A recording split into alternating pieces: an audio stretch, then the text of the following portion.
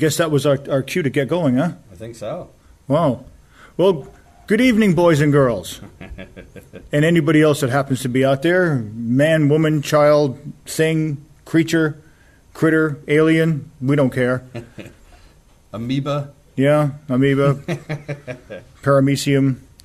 Anyways, welcome to Sound Check. I know it's been a long time, and probably when you get done watching the show, you'll wish it was even longer.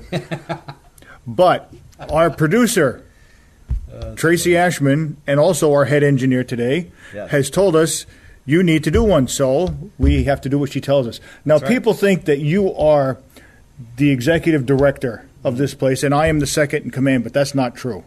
No. Tracy and Janice really run the place. That's right. We just happen to be here. We don't even know why we're here. We don't. I don't even know where we are. Behind this green thing. This is a different place. Yes, it is a different place. Also, ladies and gentlemen, we are in a new building, and this is the first time we've done sound check in this building. It's good to be here, and it has a much nicer feel to it. It does. It's more open. It's not as claustrophobic. I do miss that post in the middle of the room, though. Yeah, we're going to have to see if we can get a contractor in here to put a support beam in for no reason. Exactly, or at least a reasonable facsimile, like a cardboard cutout. Right. Anyways, you're probably wondering what we're going to talk about today. Well, we've been wondering about it, too. We've been wondering quite a bit about it. We decided we were going to try to do something that we haven't done before. So we were going to talk about the roots and origins and the morphing of punk rock. Yeah. If you remember that sort of genre. And from what I remembered, a lot of it was accurate, but there was some other stuff. There was other things that happened. And like any musical genre, no matter what it is, and I know you'll agree with me on this, no matter what comes out, for example, country has morphed over the years. Mm-hmm. Pop rock has morphed. Mm-hmm. Heavy metal has morphed. All of these musical genres morph into something or other. Yeah, there's all like these little sub-genres underneath it. Yeah. So, what is your first recollection of punk rock? Because I go back a little further than you do, because I believe when you were born, punk rock was actually in its heyday. It probably was, yeah. I really wasn't aware of punk rock until high school when we all got into Nirvana. Mm-hmm. And Nirvana cited a bunch of punk rock bands as influences. So then we went back. My buddy Jared had a cassette tape, I think, The Best of the Clash, and then he had it was one song. And no, it wasn't. And then he had another cassette tape that was like The Best of Punk Rock. Mm-hmm. And I can't even remember the band now, but I remember we were so excited because we were just learning how to play guitar. And this song literally had two chords. It had one chord for the verse and one chord for the chorus, and it was just nee nee nee nee nee nee nee nee nee nee nee nee nee the whole time. And we're like, we can play that song. Yes, and just to prove to all of you out there that this is not a strictly punk rock thing, even though they were criticized for only knowing three chords, the Rolling Stones did two-chord songs also. Oh, sure. So yeah, I mean, two-chord songs really aren't that bad. The trick is it's what you do over the top of it that makes it more complex. And punk rock was kind of like anti that. Mm-hmm. So if they were only using two chords, you pretty much knew they were only using two chords. Yeah, that's true. My first recollection of punk rock was, I'm trying to think back. I didn't really get into it. I'm an old metalhead, so I was the Deep Purple, Black Sabbath, Led Zeppelin, Emerson, Lake and Palmer type. But I remember when punk rock really got moving, it was about 1977. Mm. But the roots of punk rock went way back, and I just did a little bit of research because I thought that the first punk rock band was the New York Dolls with David Johansen. They were all dressed up like girls anyway, and that was about 1971. And I think I remember seeing them on what was it, Don Kirshner's rock concert? Mm-hmm. If you remember that, 1973, I thought I saw them on doing a concert there, and I looked and I thought, that's really strange. That's very, very strange. It is. But the roots of punk rock might even go back further to 1960. I wrote it down here, 1967 with Iggy and the Stooges. Remember, he's now known as Iggy Pop. Yeah. And he was one bizarre character back then. I mean, he was very bizarre. Yeah. He's still kind of, well, he's toned down a lot more in recent years. I saw an interview with him the other day, and he was talking about how like his favorite thing to do now is get up in the morning and have a cup of coffee and sit out on his porch and watch the sunrise over the ocean. And the interviewer goes, "What happened to you?" And he goes, "I grew up. I'm an old man now." Because back in the day, Iggy Pop, I don't even think he knew what coffee was. Nope. I think he used other forms of entertainment. Yeah. Yeah, I remember one of the reviews I read from an old magazine I think it was called Hit Parader. Yeah. And it was another magazine too called Planet.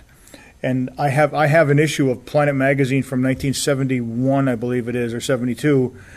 And it was a special on Grand Funk Railroad, but in there was Iggy and the Stooges. Yeah. And I guess he used to strip naked and jump in the audience and cover himself with peanut butter. And yeah, he was quite bizarre. Chunky or regular peanut butter? I didn't even ask, and I don't even care to ask. Yeah, he was quite bizarre. And now you look at the guy, and he acts like he doesn't look like a record executive, but he acts like it. Yeah, I mean, he's still got the long hair, and he's still a scrawny little beanpole. Yep. We saw him on, there's this show from over in the UK called Later with Jules Holland. Yeah.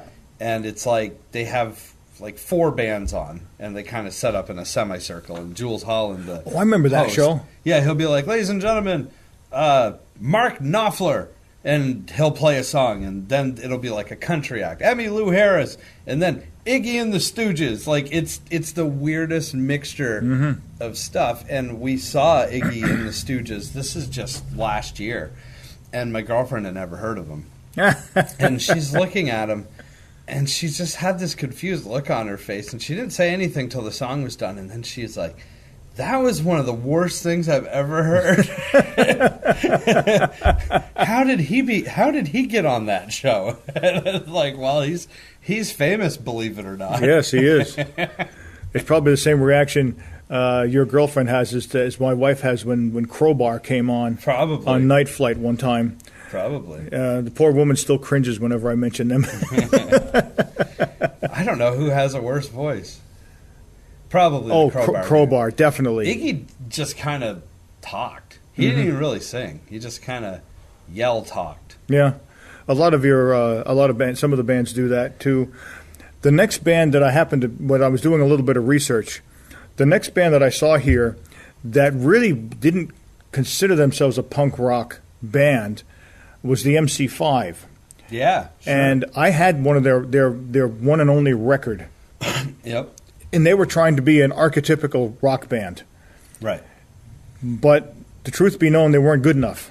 Yeah. To be an archetypical rock band. They basically would play 2 or 3 chords and they weren't very good, and that was the end of them. They didn't last long. It's a great thing about punk. Like you didn't have to really be a great musician. It was all about expression and anti-establishment and anti-music industry. Antipasto.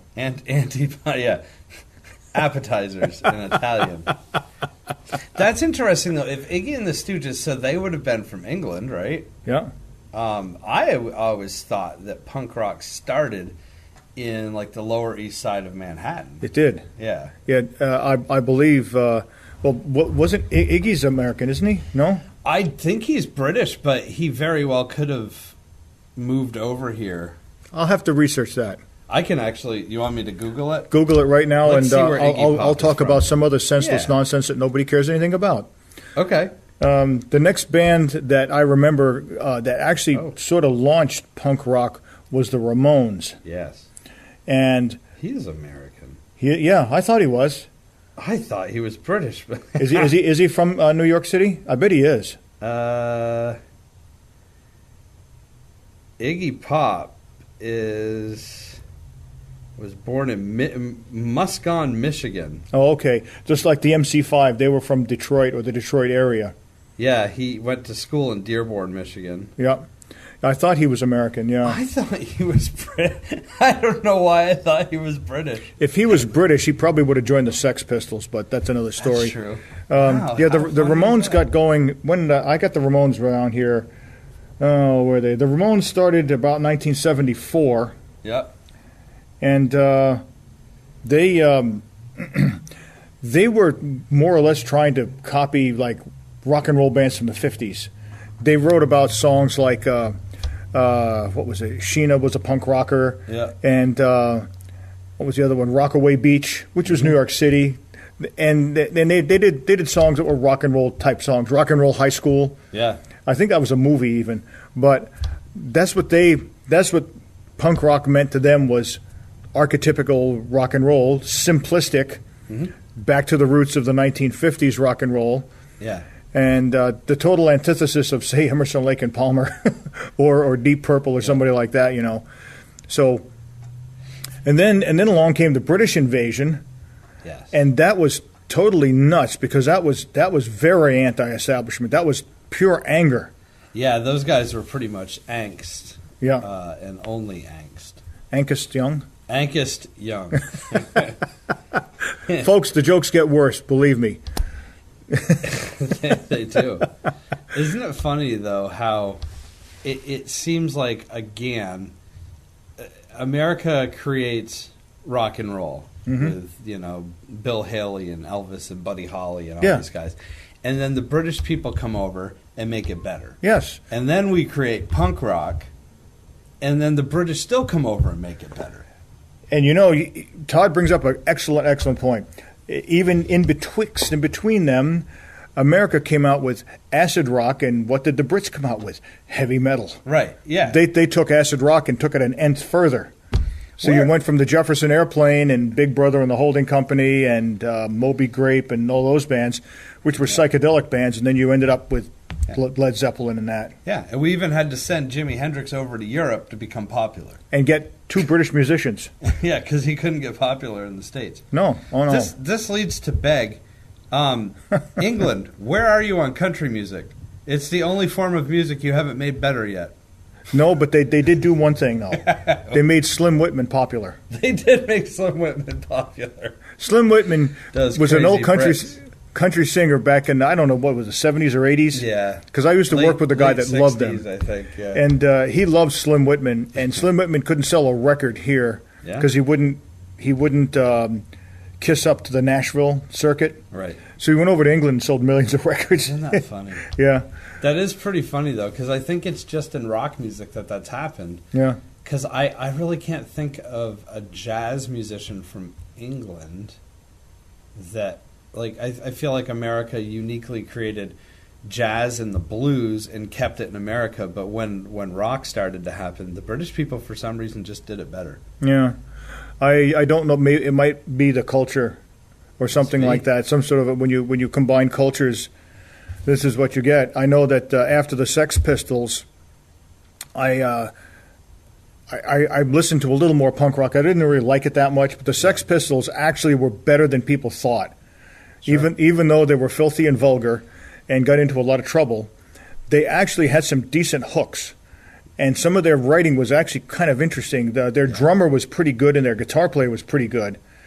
Why I should have looked up why Glenn Matlock left.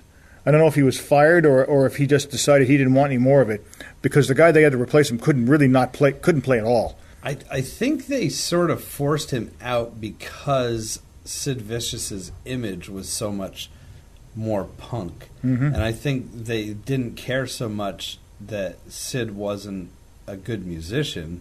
He wasn't any kind of musician. No, the other guy actually was pretty good, but I saw an interview with him one time where he was a little, I think, upset that he was pushed out because he probably was like the glue that held the... Well, the bass player and the drummer typically are the glue of the band anyway. Yeah, that's usually what happens. Yeah. If your rhythm section isn't there, then you can, it doesn't matter who's on guitar, it doesn't matter who's singing. Nope. If your rhythm section isn't there, it's all for naught. Even David Lee Roth, with his huge ego, even admits that without drums and a rhythm, without your rhythm section. I mean, look at Timmy Bogert and Carmine Appice from the Vanilla Fudge. They've been in several bands, and they have been the glue to those bands, like Cactus, Beck Bogert and Appice, and several other bands like that. And by the way, they've got an album that came back out in 2006. They got them back together again. Yeah. But yeah, if you listen to, and this isn't really punk rock, but if you listen to the Rolling Stones and the Beatles, the drums and the bass in both of those bands aren't really setting the world on fire, but they're steady. Yeah. And that's a huge... I mean, Charlie Watts and Ringo Starr were basically human metronomes. Mm-hmm. You know, it wasn't like... Neil Peart. Right, the dude from Rush, who was like a metronome that had its own, like, orbit. or Billy Cobham. Yeah. That's another one. He's a progressive jazz drummer. Yeah. And these punk bands, their drummers actually were pretty good. Yeah, they did well. Of course, with bands like the Rolling Stones, Charlie Watts has to be a metronome because the rest of them can't keep time anyway. No, they're horrible. That's what. There's that age-old question, like the Stones or the Beatles, and I always say the Beatles, and some people are like, "Why? Those Rolling Stones rock so much more." And I'm like, "No, they don't. There's no way. That's like saying that Madonna rocks more than Elvis. She doesn't. She doesn't. She's flashier and glitzier and puts on a better show. Well, because Elvis is dead. Well, Elvis has some problems in that regard. You know, it's a PR thing with Elvis. He's not around here anymore, so he can't put on the show. Yeah, but I mean, that was like the Stones. They could not keep time. They kind of were a punk band, if you think about it. Yeah, but they wrote some good stuff. I like early Stone stuff. The early Stone stuff is very different than what happened to them later on. Very different. Mm-hmm. You know, some of the other punk bands I remember listening to. I remember the Clash's first album was probably one of the rawest albums, and I really didn't like the tone quality to it. It wasn't pleasing to listen to. No. They did one song I do remember quite well called "I'm So Bored with the USA." Yeah. And it had to do with Watergate and stuff like that. Now, isn't that funny, though, because by the end of their career, what was that really poppy song that the Clash had that got tons Rock of the airplay? Casbah. Yeah. Casbah, yeah. That's pretty produced. Yeah. Like, that's not even punk music anymore at this point. No. You saw a big change in the Clash about 1979 or 80 with the album London Calling. Yeah. It still had punk overtones, but it was actually produced so it was listenable. Yeah. Because the stuff they did before then was not really listenable. It was very harsh on the eardrums. It just was not nice to listen to. Darn producers trying to make stuff listenable. Yeah. Yeah. And it's happened to a lot of bands. Sometimes you get a band that I'll give you a good example. The first couple of Ozzy Osbourne albums, one he did on his own, the production's not very good. No. But then you get up to, was it Speak of the Devil? Mm-hmm. That's produced really well, and he got a lot of criticism for that. But actually, that is well produced, and it's very listenable. But some of his early stuff, one thing that drives me crazy, being a former drummer, is mushy drums. I hate what they call Blickum drums. Yeah. They don't have any definition. They don't have any snap. They don't have any charisma. And that drives me insane. And Ozzy's first album, The Blizzard of Oz, was a fantastic album, but it wasn't well produced. Yeah. Blickum drums. Yeah, you hit a tom-tom, you're bloop, rather than something that's present and, you know. Yeah, I like sharp snares, too. Oh, definitely. I like a loose, sharp snare, which is kind of a conundrum. But yeah. It rings, but it's still, I don't know how to explain it. Well, your better drummers that I've listened to over the years, they have drums that really are in your face. Tommy Aldridge was one of them. Neil Peart, of course, and Billy Cobham. And I'm trying to think of some of the other drummers. John Bonham, Ian Pace. Yeah, Moby Dick. Yeah, I mean, those are drums that are well produced. And with some of these bands, I'm going to read out some other ones that are. I vaguely even remember hearing, any of the stuff that I heard of them. But one of them, there was after that was the Dead Kennedys. Yes. And I can't even repeat the song that they had on UVM radio, and after 2 weeks they finally had to pull it because it was very inappropriate. Mm-hmm. You remember what it was? I do, yeah. The first 2 words were "too drunk too." The first three words, "too drunk too," yeah, and that was that. And then there was a band called The Damned. Yep. Oh, what was that guy's name? Stiv Bators. Something like that. Yeah, and that was about 1976. There was the Misfits, Exploited. Yeah. You had a lot of different punk bands like that, most of them up through the 70s and even in parts of the 80s. In the 80s, you had like the Melvins. I don't know if you're familiar with the Melvins, but Vaguely. That's who Kurt Cobain was like obsessed with.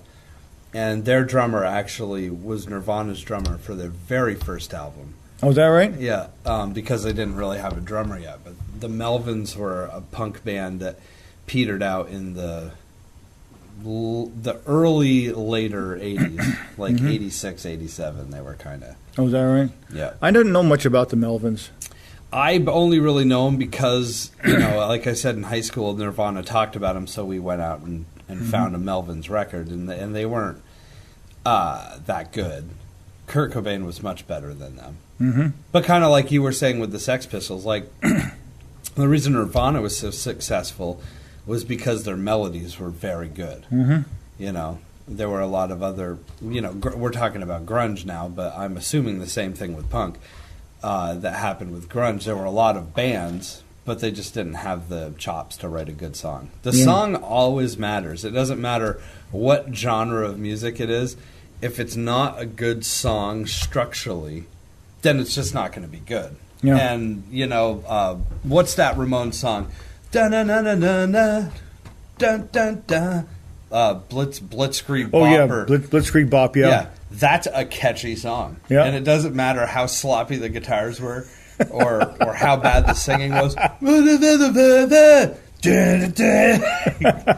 it's a good song. It's good. It's something that people can sing along to. There was another one they did that was almost identical. Was Cretin Hop.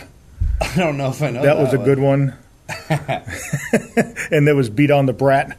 Yep. That was another one. There were all these songs that were kind of... When you think about the Ramones, they were kind of campy. I don't know if they were serious or not. I think Joey Ramone was, but I couldn't take him seriously. And now he's a goofball. Mm-hmm. And like Howard Stern looks so much like him. Exactly. It's crazy. Yeah. I think that Howard Stern secretly is Joey Ramone. Nah, I don't. Or they're somehow related. They're twin brothers. Well, they're both from New York. Yeah, that is true. Yeah. But that's the Sex Pistols, like I am the Antichrist and I am. It's got something that gets stuck in your head. Oh yeah, God Save the Queen. Yeah. Another one. They did a song that I found disturbing in a good way. Was called Bodies. If you listen to the words of that. And even Mr. Leadon himself, John Leadon, said it's not for or against anything. It's just about something. Right. And that's what a lot of people misunderstand. When songwriters write songs, it isn't necessarily I'm pro this or against this. It's this is I'm reporting something. Yeah. For example, what was that one that I should remember. Ice-T. Remember his band Body Count? Was a cop killer. Cop killer, yeah. It wasn't about killing cops. It was about somebody who went off his nut and was killing cops. It was about something. It wasn't. Right. It wasn't in favor of it. And that got banned. Oh yeah. And now if you've got it, it's worth thousands. Probably. Yeah. Of course, now everything's being reissued on Amazon, so it doesn't matter. That is true. Yeah, it's amazing how. Well, and that's something that Frank Zappa even fought in the 80s and early 90s about censorship of music. And they'll always blame. I don't know if you remember when Columbine happened. They said, well, that kid listened to Marilyn Manson, so it has to have done something with the music. And no, it's a lot of times it's just commentary on what's going around. Like England, obviously, had their anarchy movement, and the punk scene reflected it. And in New York, I'm not exactly sure what the punk rock in New York was all about. A fashion show. Yeah. Pretty much. Yeah, I don't think it had quite the substance that it did in England. Well, of course, the 70s in England, there was very, very hard economic times. So right. That was a big part of it. It was in England you had a different class. You had your upper class, your middle class, your lower class, and in England you even had your underclass, and that's what spawned the punk rock scene and all that. And punk rock did a couple of other things that were rather interesting. For example, I remember reading an article by Ian Kilmister, our good buddy. We would have him in, but the darn fool went and died. Yeah, it's crazy how. Along with the other two. Yeah, that whole Phil Taylor. Motorhead wasn't really that far away from punk rock music, really. Lemmy, no, it wasn't Lemmy. It was Phil Taylor. Phil Taylor said, maybe it was Lemmy, and he said, there we were the fifth band out of 10 in a punk rock venue. They have 10 bands right in a row. We were the fifth band, and he said, there we were, two old men and Phil. And all these guys that got safety pins and pink mohawks and all this other stuff, but the punks loved them. Yeah, and they were essentially the forerunner to speed metal or thrash metal. And if it wasn't for Motorhead, you would not have had Megadeth, Anthrax, Slayer, and those bands. Just like, for example, today, if it weren't for these punk rock bands, you would not have had the next step in that metamorphosis. Yeah.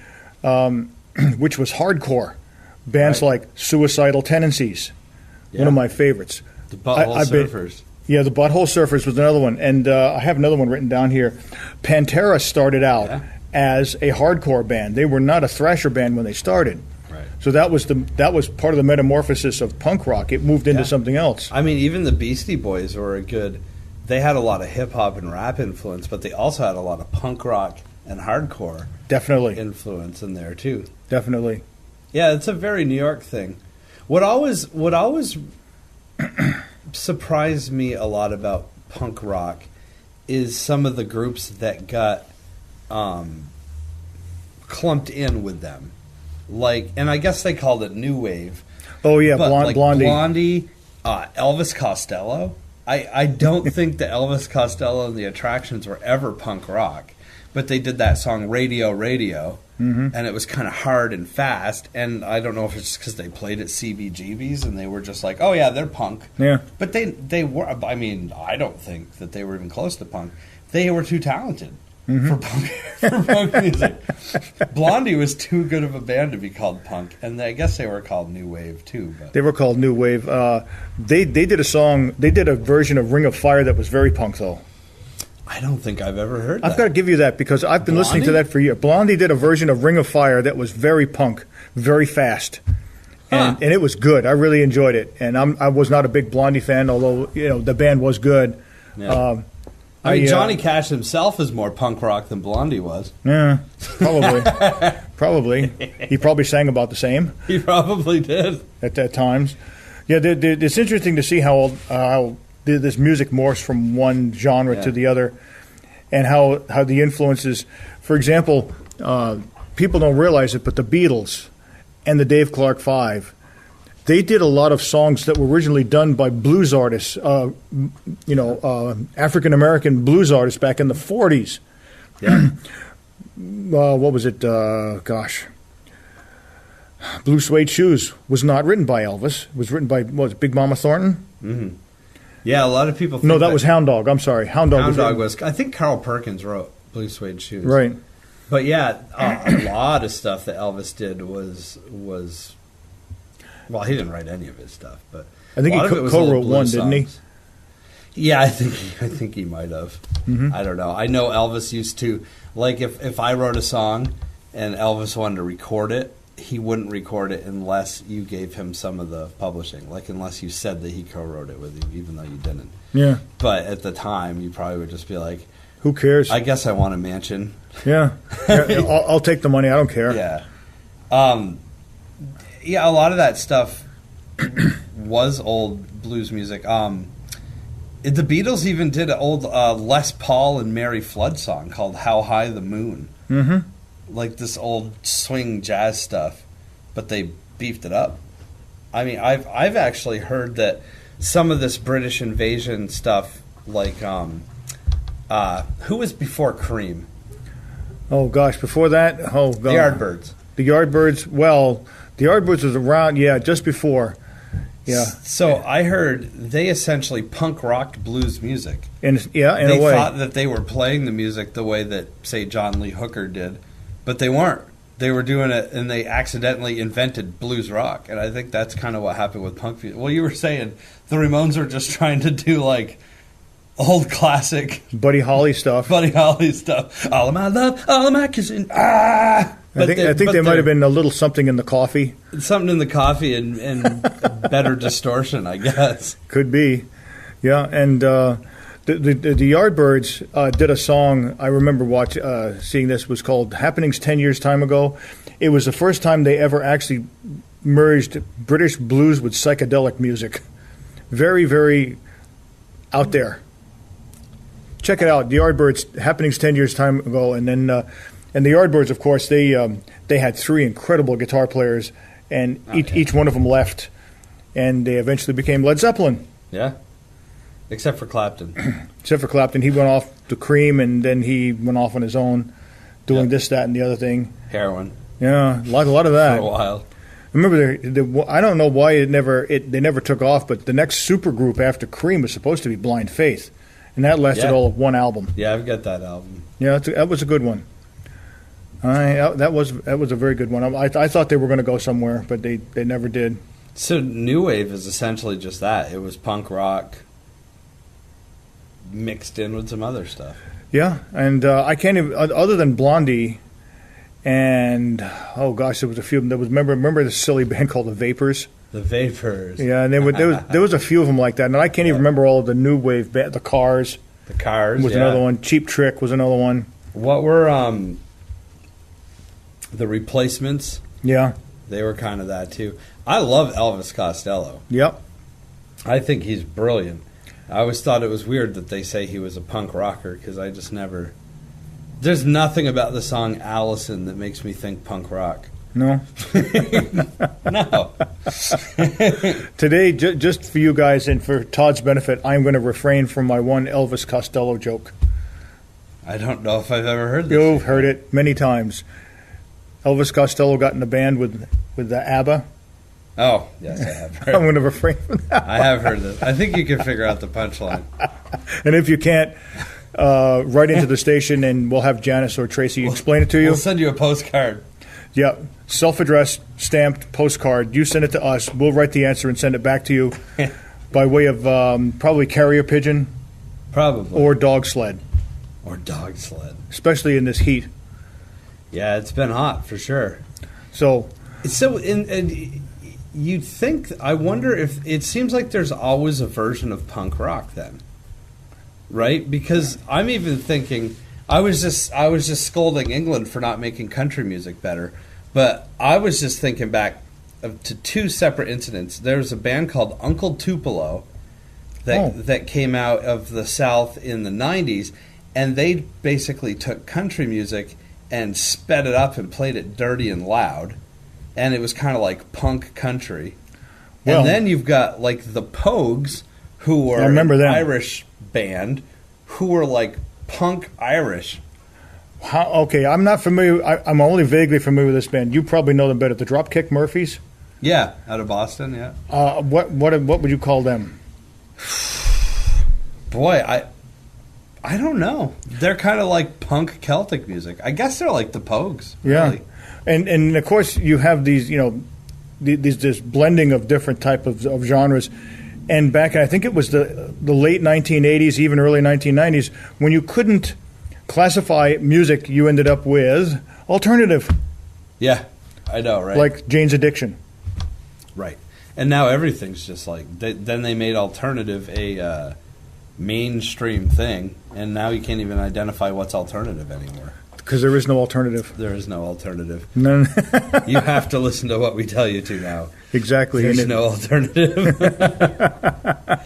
Fortunately for everyone, myself especially, there are alternatives, because now you've got Last FM, Pandora, Spotify, and YouTube. You can listen to whatever music you want. You don't have to be stuck with the same old homogenized junk that you've been stuck with for years. You don't have to listen to 24 hours of Lady Gaga, you know.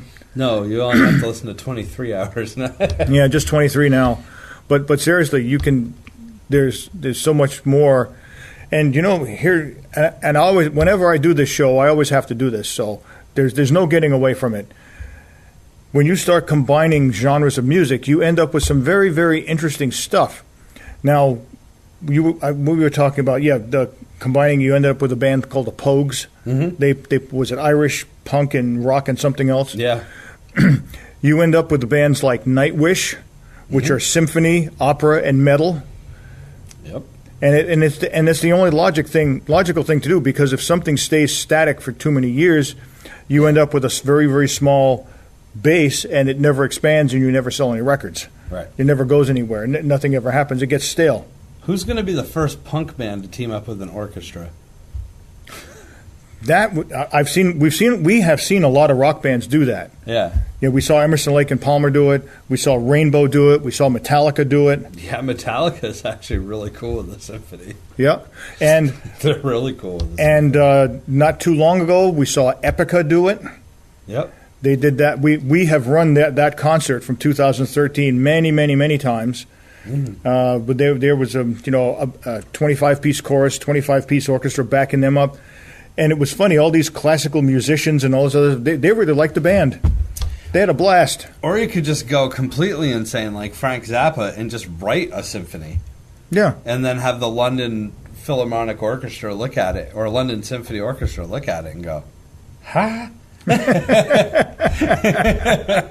did Zappa say, that album? He said it's about 80% the way he wanted it to be, because he didn't have the money or the budget or the time to sit there with the London Symphony Orchestra and actually work on these parts. And some of his stuff was actually quite complex. So he said it's as good as they could get it with the time frame and the budget that he had. Yeah, unfortunately, music is still driven by money, which is unfortunate. Yeah, well, it's they call it the music business for a reason, and you take the word business out of it, and you have music, but you don't have anybody make a living at it. Mm-hmm. You know, you just have people like me that don't make any money playing music. Couldn't if we tried. But you know what I get paid a lot of? Exposure. Mm-hmm. I have so much exposure, I should have an exposure house on the lake by now. Mm-hmm. Stay out of the sun, then. Yeah, exactly. I think it always will be driven by money, and that's one of the things that punk rock ironically railed against, and then became rich off of doing. Yeah, I remember the song the Sex Pistols did called EMI. Yep. That was a very, very big anti-record company. Yeah, wasn't that the label that they were on? Or was it the label that wanted to sign them? That was the label that was going to sign them, and then they had that thing with, Bill Gundy, where they were cursing on the air. Right. And EMI pulled them, and they ended up on, I don't know if they ended up on Virgin Records or what they ended up on. I can't remember. I think it was Virgin. It could very well be. You know, back then, though, record labels took chances. You look at a band like the Sex Pistols, who are a train wreck. You don't know if they're going to get through their show, if Sid Vicious is going to pass out, if Johnny Rotten is going to spit on the audience or yell at them. But they had the foresight to see these, and in interviews, like you said, like a completely disrespectful interview, but they had the foresight to say, well, people like these guys, so let's sign them to a deal. And they won't do that anymore. They're not going to take a chance on anything that's even a little bit unsafe, because there's so much more money tied up in that than there was back then. And there's less revenue streams coming in because people don't buy CDs like they used to. No, they Vinyl, don't. In that case of punk rock, just didn't sound good on CD. How did it sound on vinyl? The more you scratched it, the better it sounded. Believe it or not, the way to make a Sex Pistols record sound better was to scratch the heck out of it. Take a nail file to it or something like that. It's like sonically their music wasn't that good. And actually, the album, Nevermind the Bollocks, was actually fairly well produced. Was it? Compared to the early Clash, that album was fairly well produced. Oh, yeah.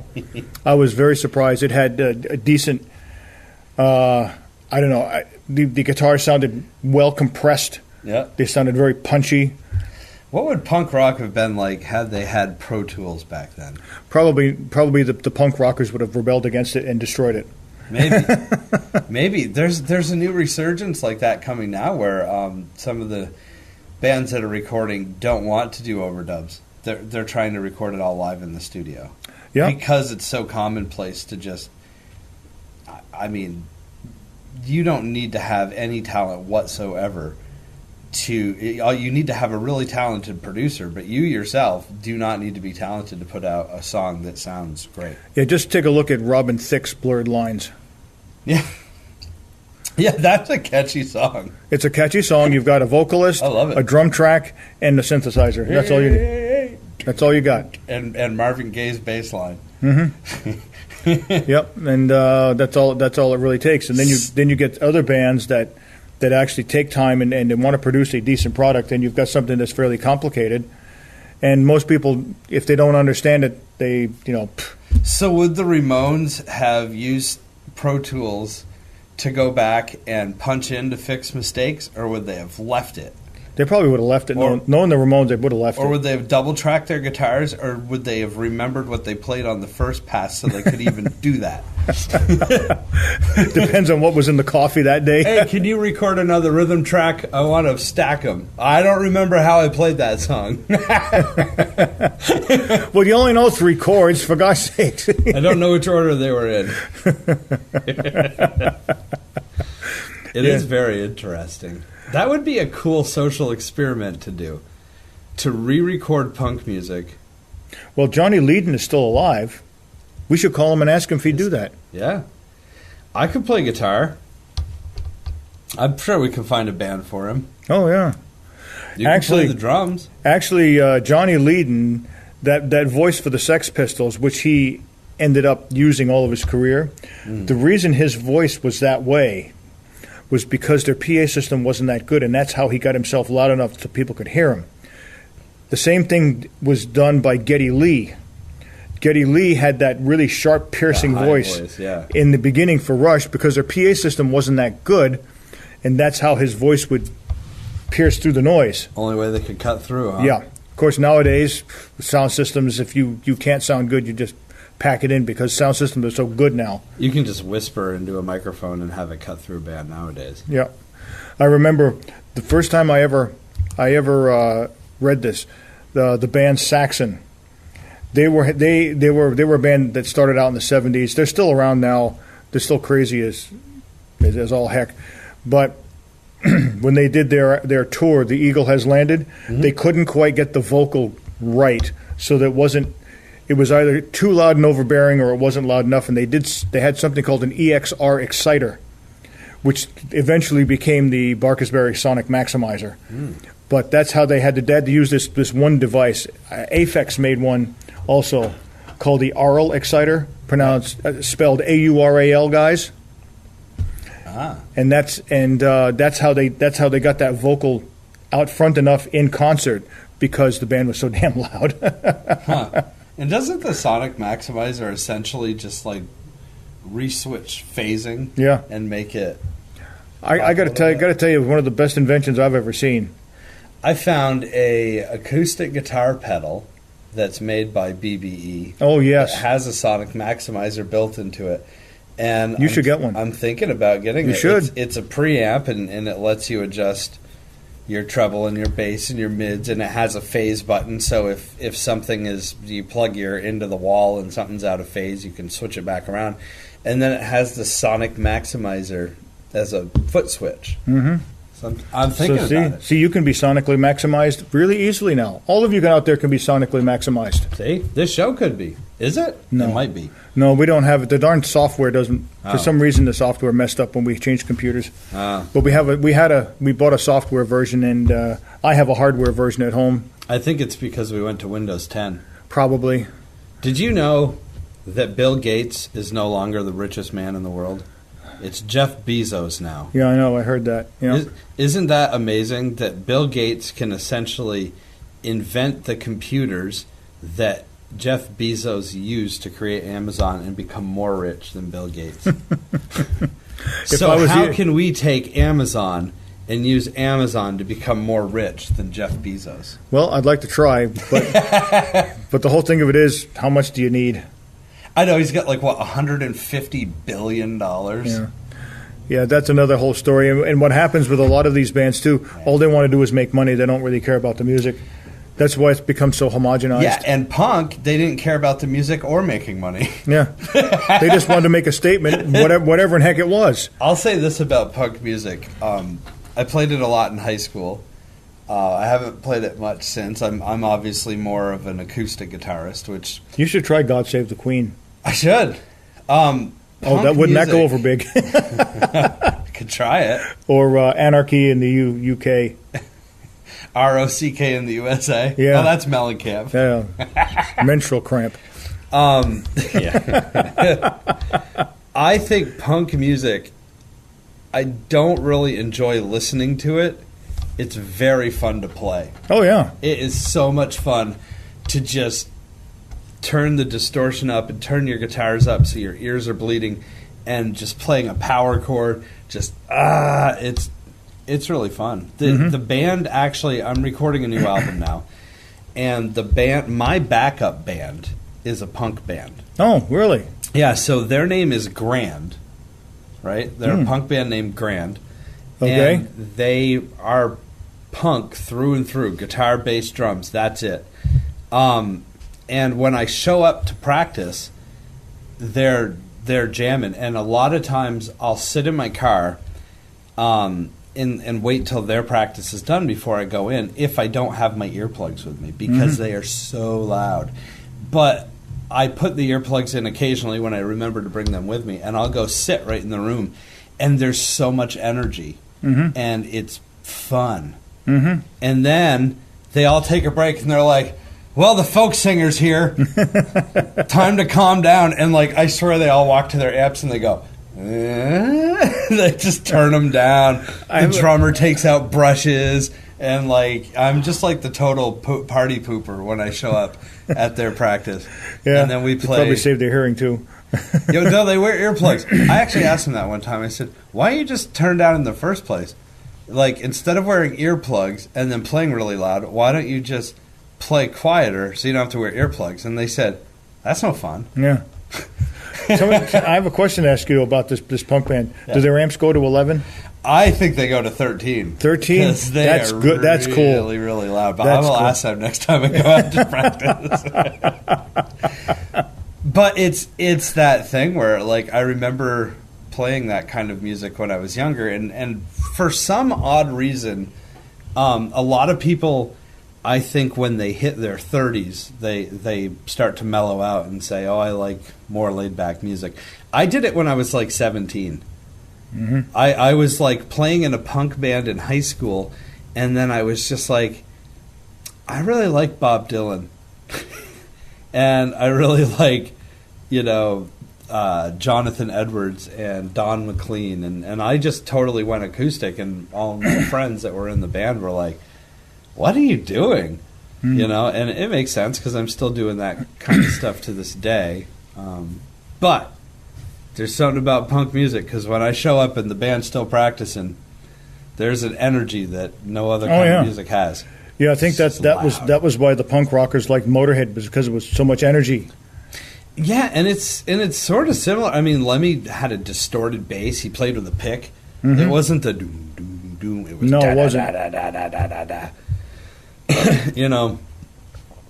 I think that's a prerequisite to being a bass player in a punk band. I think you have to play with a pick. Could be. I know that some of your other bass players that I really enjoyed, they play very, very trebly sort of bass. Green Day, Green Day is a punk band that we actually didn't talk about. They kind of became pop later on in the 90s when they hit, but my buddy Jared used to listen to an album of theirs called Kerplunk that came out in like 89. Yeah. And they were so much more punk back then. I think they just topped up the commercialism a little bit.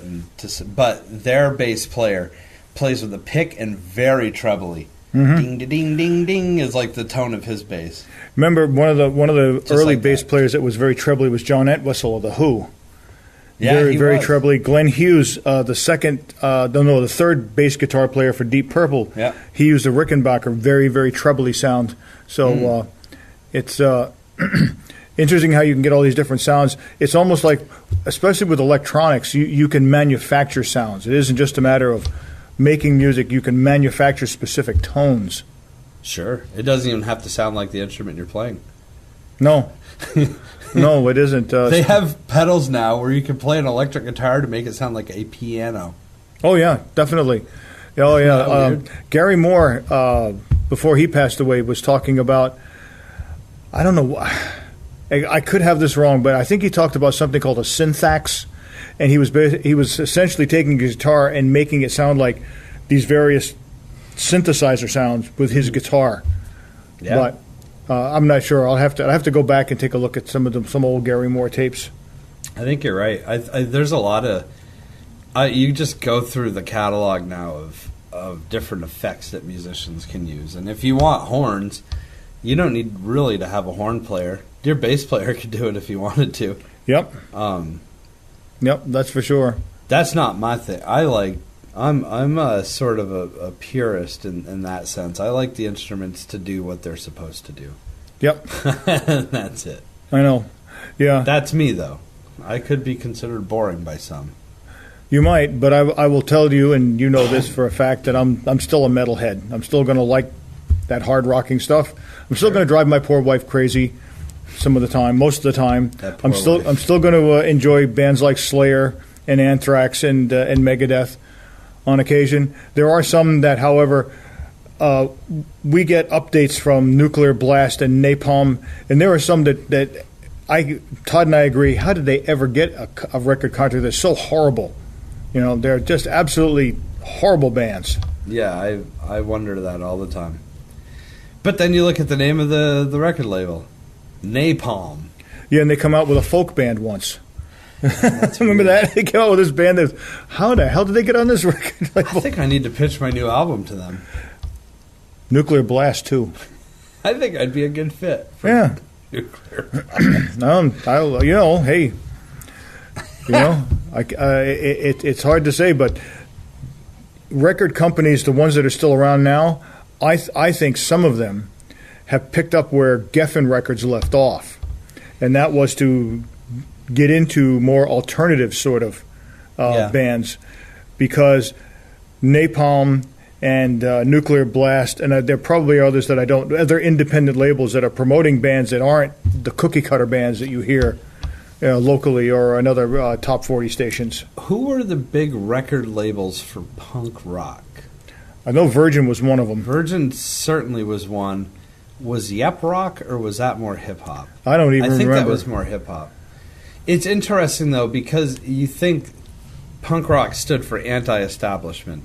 Anti-rock star. Like, they, as much as they trashed hotel rooms and broke stuff on stage, they really didn't want to be associated as a rock star. Mm-hmm. Like Joe Walsh, who did the same thing. Right. But they very much were.